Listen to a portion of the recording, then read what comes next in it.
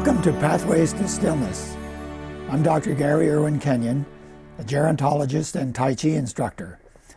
On this show, my co-host Vicki Hogarth and I explore how the practice of stillness can transform the way we see aging, death, and loss, and how it can help us understand our lives as a story.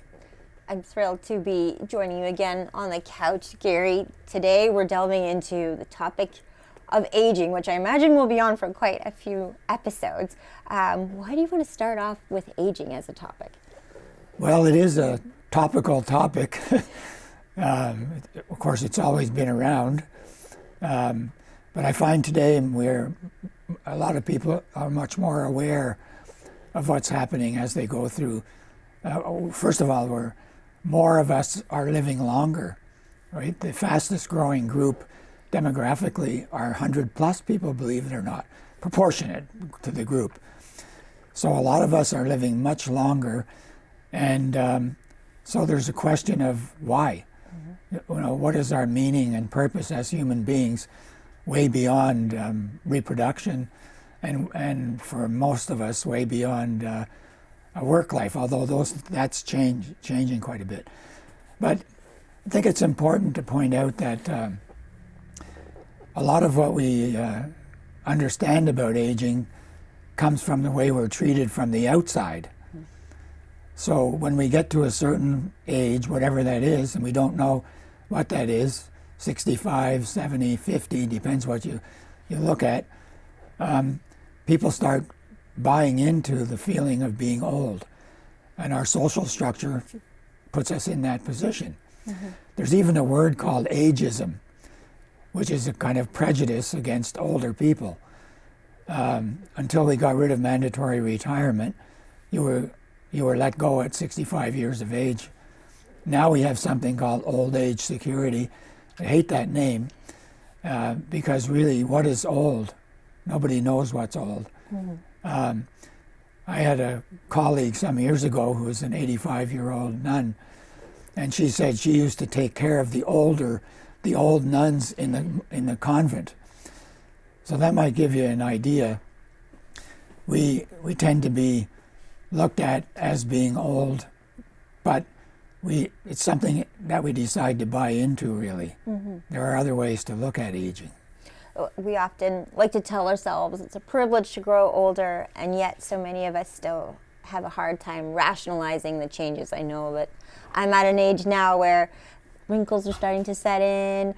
My first finger is getting a bit arthritic. And those things are scary, even if I can tell myself it's part of the journey. I still find a hard time dealing with even those little changes. How do we psychologically wrap our heads around the idea that this is just part of the journey?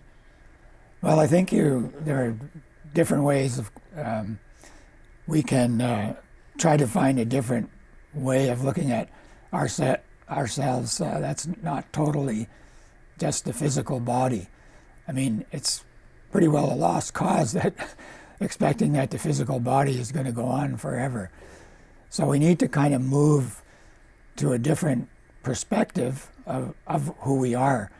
So we might say we're also a mind and a spirit.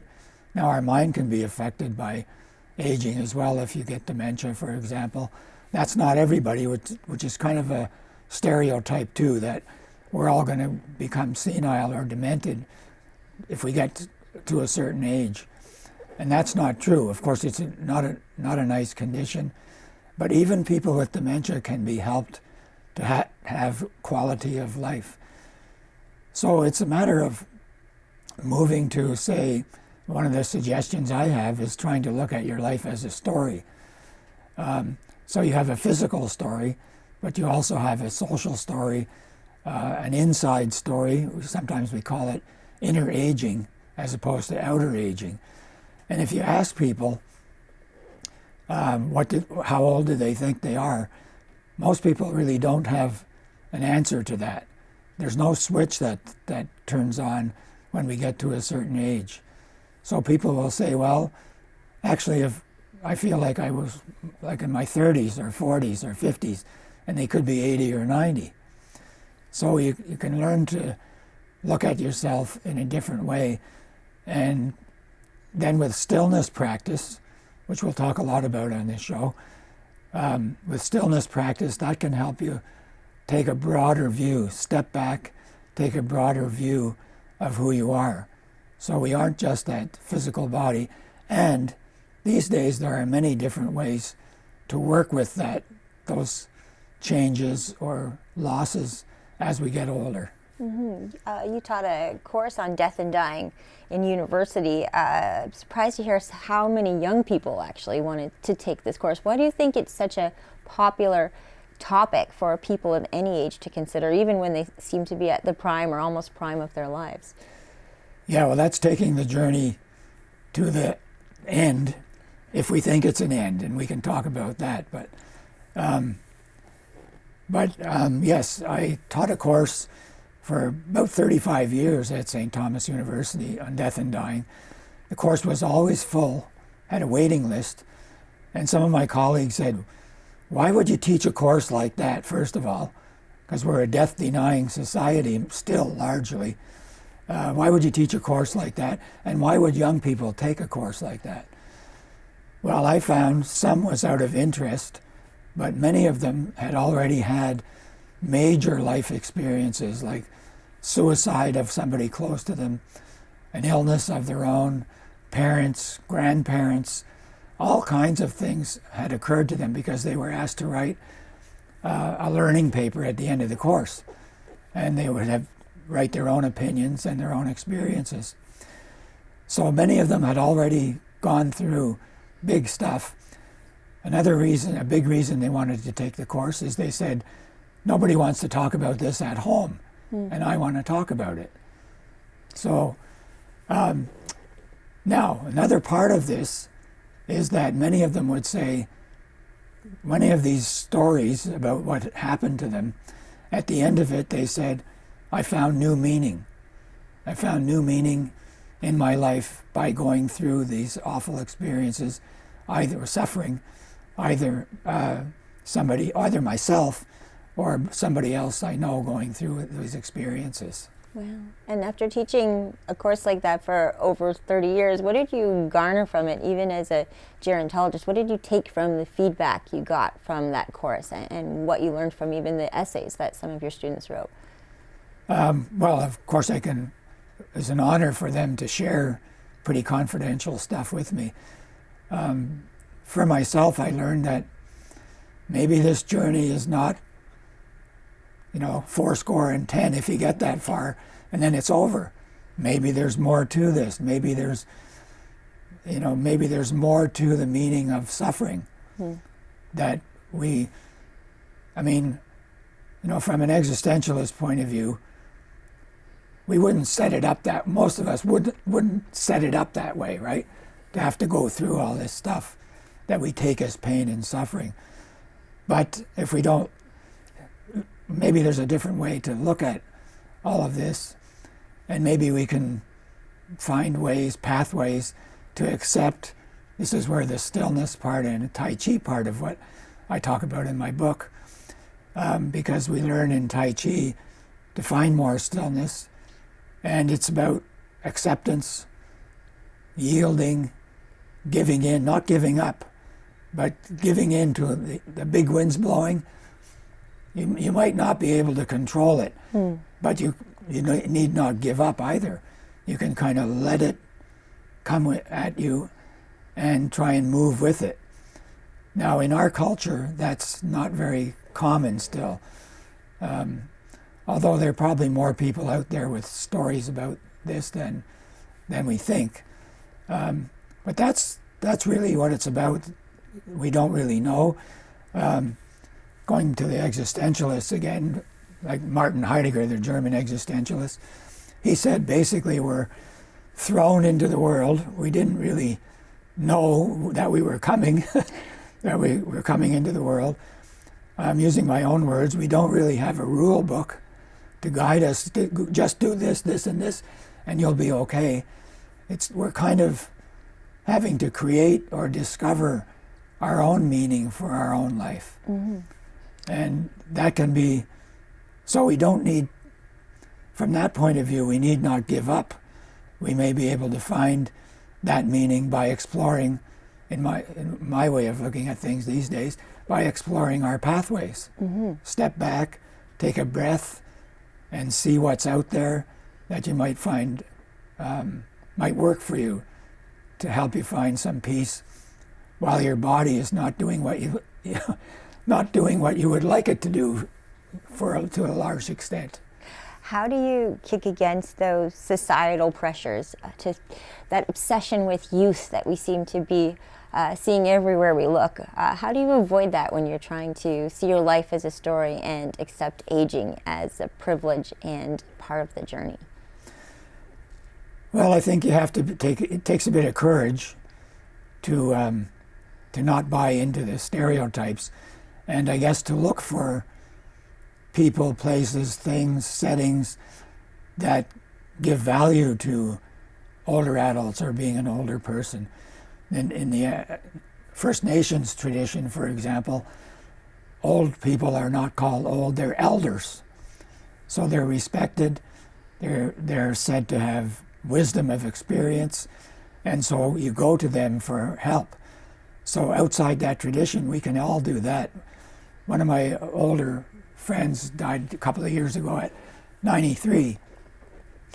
And actually a really practical example, he was already into scanners, computers, and I used to go visit him every time, and he said, "You got one of these yet, Gary?" "No." He said, "Well, I'm an old fart, and I've got all this stuff. What's the matter with you?" So you can look for settings or people who are older and to hang out with. But I think there are lots of wonderful young people too. It's another stereotype that we focus on only being young. That's the only important thing. Mm-hmm. I think there are lots of young people who really do respect and care about older adults. I know all my students were wonderful to work with because they already had a sense of what it is to be older and respect and a little bit of caring for that. Mm-hmm. We're going to do an exercise later in the show with people at home, but I'm wondering how you talk through something like the why me aspect of aging, because everyone's journey is different. Some people live this long, seemingly healthy life, and yet someone might be struck with a physical illness early, or even a challenge to their memory. How do you encounter what might be your own journey and embrace it for what it is? Well, for me, the ways that I try to look at things, and we're human beings, nothing's a magic pill. But for me, I've learned to try to listen to what other people are saying, friends, strangers, anybody, to listen to how have they managed. Like you were reading a message from someone earlier on, before we got on, and I try to listen to what they're saying. How did they manage to get through, and what can I look at in my life? Like what's meaningful in my life, or what have I thought was meaningful? As far as specifically illness and loss, I think the only way is to try to take a breath again, step back, accept it, see what there is out there that can help you take a different perspective on it, and get stillness. Kind of creates a space. So you've got this problem or challenge that you're focused on, sometimes overwhelming.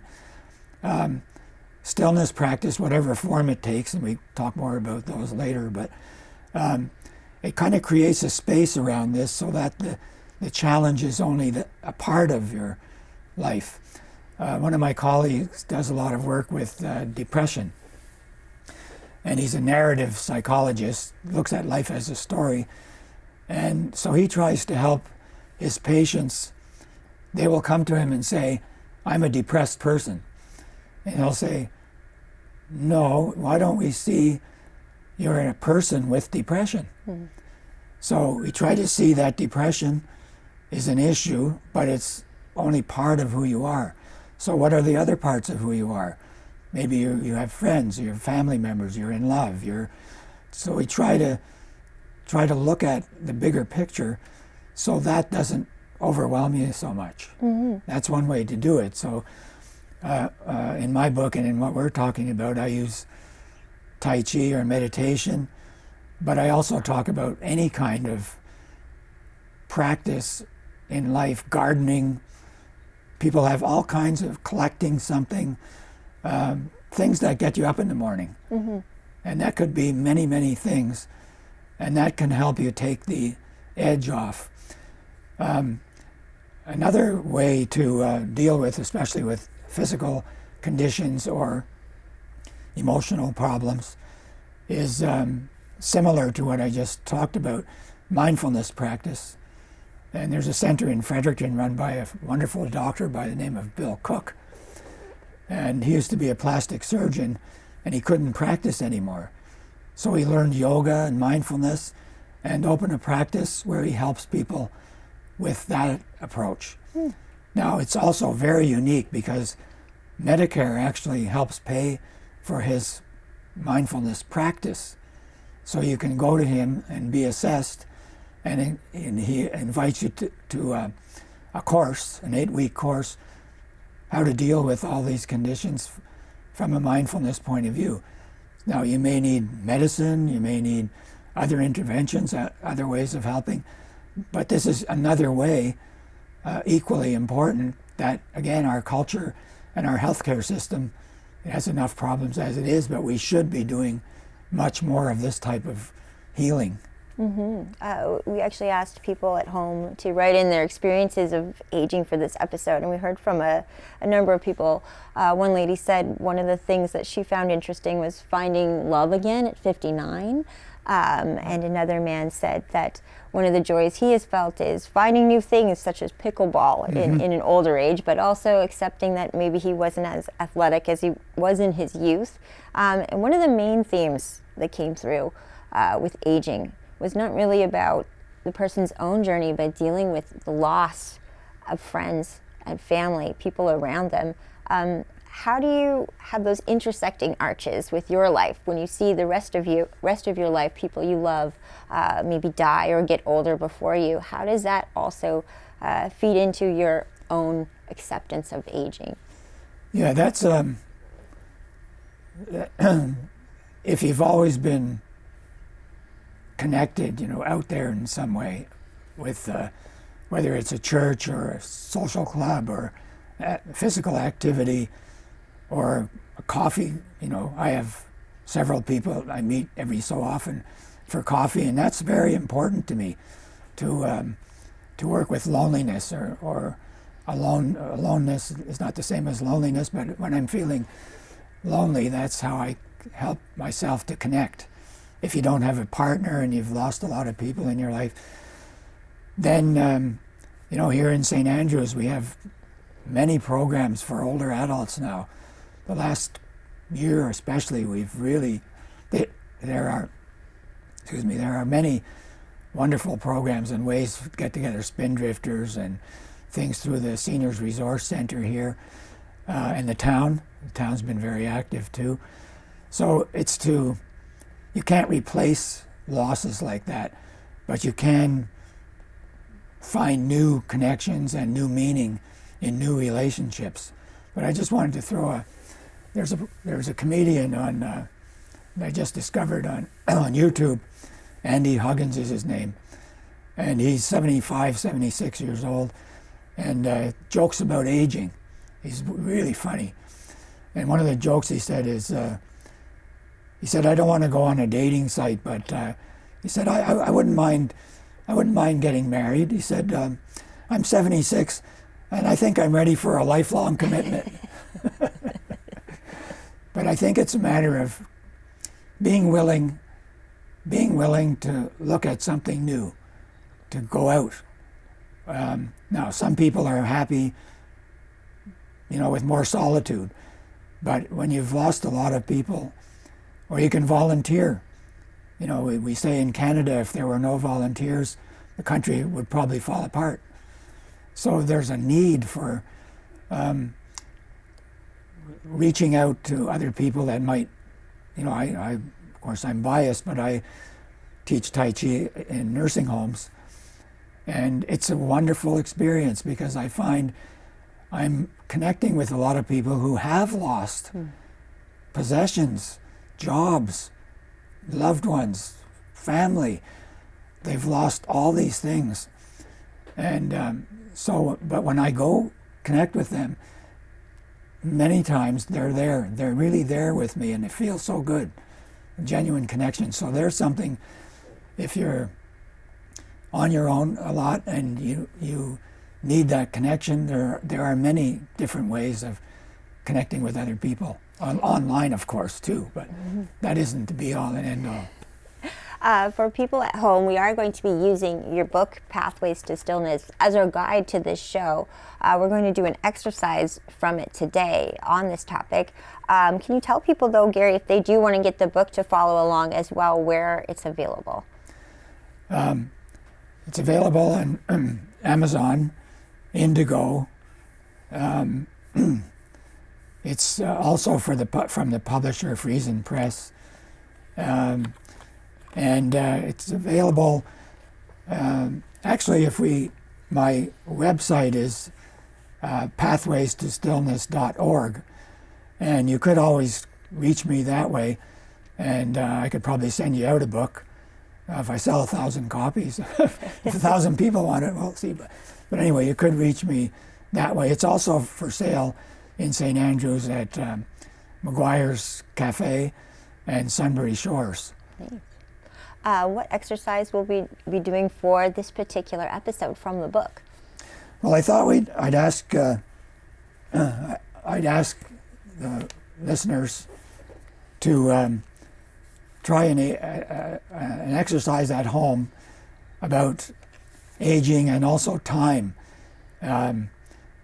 We talk about outer time aging and inner time aging, so I'm just putting those concepts onto what we've been talking about.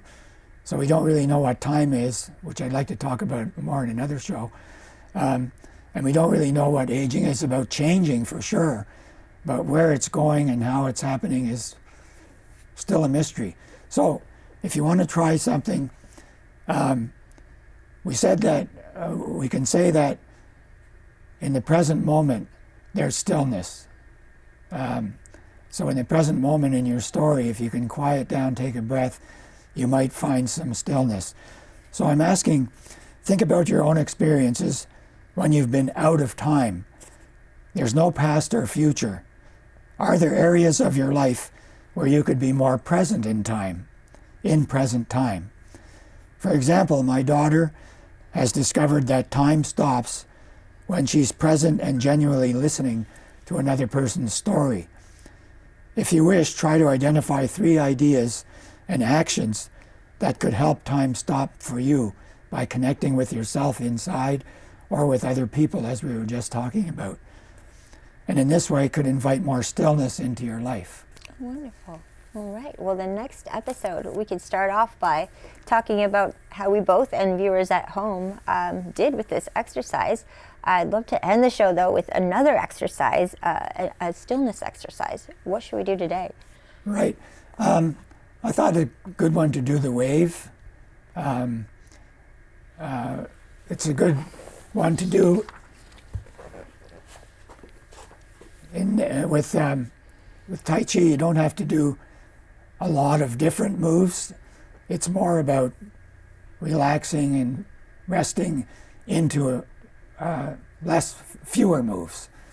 So if we just turn your palms out and try and relax your shoulders, take a nice breath as you come up, turn over, and float back down as you breathe out.